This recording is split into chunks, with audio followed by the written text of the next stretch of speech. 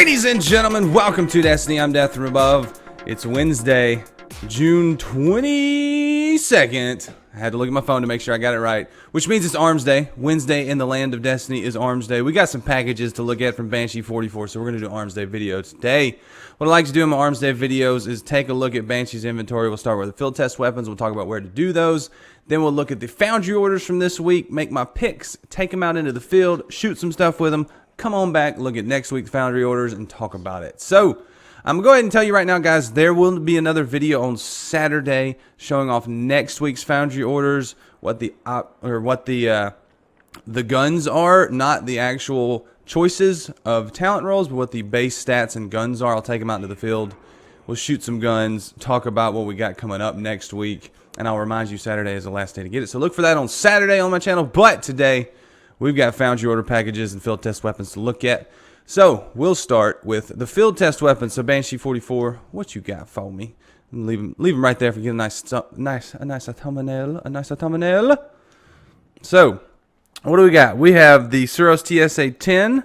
This requires you to make precision kills. You can do that anywhere. Omolon Testa RR1, FR1, used against Vex Minotaurs. I take that to Venus and do it at the Citadel. Next, we have the Hakke Testa, make precision shots. You can do this anywhere again. Suros TSP-10 used against Vex, once again the Citadel, and the Suros TSR-10 used against high-ranking enemies. I would do all 5 of these in the Citadel on Venus because there are 3 Vex Minotaur majors that spawn there. There's occasional other Vex majors that spawn there. You can do the Taken majors. The other ones require precision shots. This one just requires Vex kills. That'll be 25 Vex kills. It'll be 25 precision kills. 10 Vex Minotaurs. Actually, it's only 5 Vex Minotaurs. So you can do all of these on the Citadel on Venus. Should be a pretty easy week this week. No PvP bounty or no PvP field test weapons. Just PvE, and all can be done on the Citadel on Venus. So that's nice. I like that. I like that. That's nice. All right, let's get right into the Foundry Orders. I'll go over the first option. What do we got?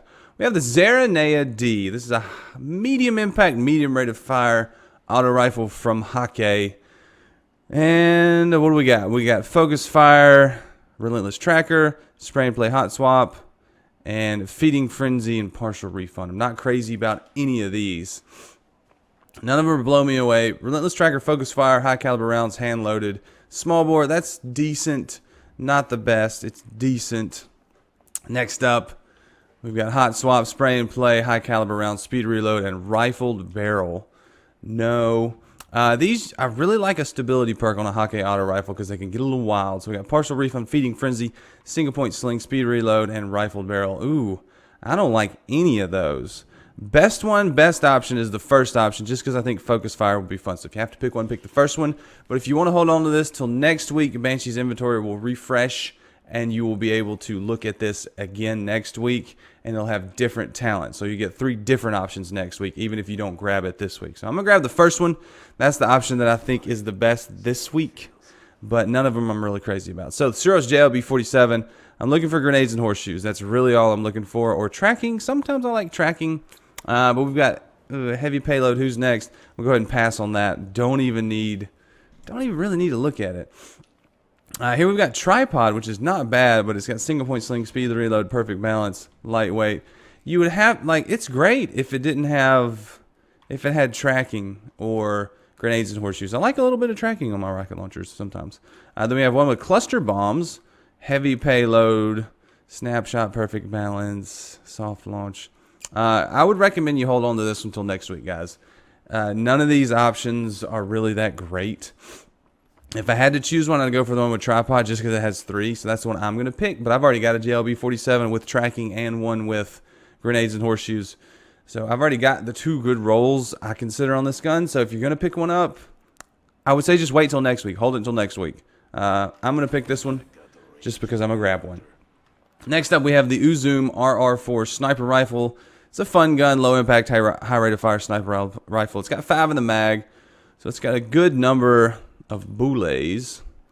What do we got here? We have Firefly, Snapshot, Hand-Laid Stock, Life Support, and Last Resort. This is not bad. This would be a good PvE sniper, actually, with the low-range scope. Firefly getting headshots, hand laid stock for the stability, and life support is actually pretty useful. I like it, so it's not a bad option. Never really found a use for this gun, but it's a fun gun. Oh, here we have unflinching Firefly snapshot, casket mag, underdog. I like the first one better. First one's a little bit better. And then finally we have triple tap. I don't like triple tap on a sniper because you're just not going to be doing that very much. I'm going to go with the first one. First one looks good. I like the first one. Fun gun status right there. Nothing special, but definitely pick that one if you're going to pick one of them. Next up we have the Aoife Rua-D. Aoife Rua-D sniper rifle. Another semi-fun gun. This one I think can actually res snipe now because of the impact and rate of fire, and with the adjustments to armor upon res, I believe it can res snipe. So we've got one with perfect so we got counterbalance. That's interesting. Guerrilla fighter, perfect balance, snapshot, and brace frame. There's a whole lot of stability going on here. I didn't know you get counterbalance on these sniper rifles, so that's interesting. Guerrilla fighter I think is useless though. So we'll go to the next one.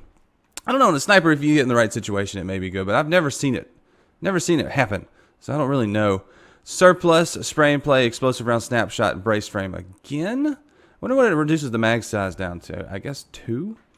I feel like there's some new talents here. Counterbalance, who's next, explosive round, snapshot, and brace frame again. A kill with the final round. I would go with the third one. If you really want one, I would go with the third one. That's an interesting choice with the counterbalance and the brace frame. You would get very good stability from this gun. So I'm going to pick the third one. That's interesting. I think they've added some talents there. I feel like they have. Next up, we got the Suros DIS-43 scout rifle, high impact, low rate of fire scout rifle from Suros. What do we got to begin with? So I see partial refund. I'm not happy about that. We got the SPO-28 SRO-37 fitted stock casket mag, partial refund, single point sling and small bore. Not that crazy about that one. Next up we have unflinching SPO-26 SRO-41 perfect balance, appended magazine, unflinching, speed reload, and small bore. That's better. This second one's better. They're getting better as you go. Then high caliber rounds, feather mag, SPO-28 SR-41, outlaw, speed reload, reinforced barrel. This one's got a lot of range. And outlaw. I'd pick the second one, but the third one's a solid choice. Just for stability, go with the second one. None of these are really that great. If you have your heart set on this gun, save it till next week.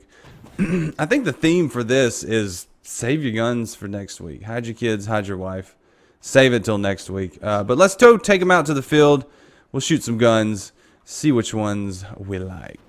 Alright, we are on Mars today. We're going to shoot some of these guns off. So I've got the Zarinaea-D right now. This auto rifle, it's a pretty fun auto rifle from Hakke. This is the one we just picked up. It is unleveled, so it's just got base stats going on. So medium impact, medium rate of fire auto rifle from Hakke. It's a fun gun. I like shooting this gun. It's got a pretty decent mag size. So with a little bit of stability and a little bit of luck, it will do you really, really solid. So I really enjoy that gun. Let's see if we can get some more enemies to shoot. We seem to run out of enemies when we come to Mars. This guy over here, did he eliminate everybody over here? Not really. Looks like he's getting wrecked a little bit.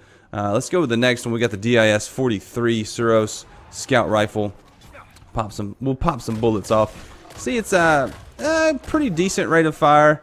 It does have a little bit of kick, but it's straight up and down, so it's very manageable. Stability on this is not that necessary. Still a good gun. I like it. I haven't used it too much. It's solid, so if it's one of the few options you have if you're newer to the game, it's a definite solid option. But next we have the Aoife Rua-D sniper rifle from Hakke. This one, it's stability straight out the gate, especially with a long-range zoom scope like that, is pretty decent.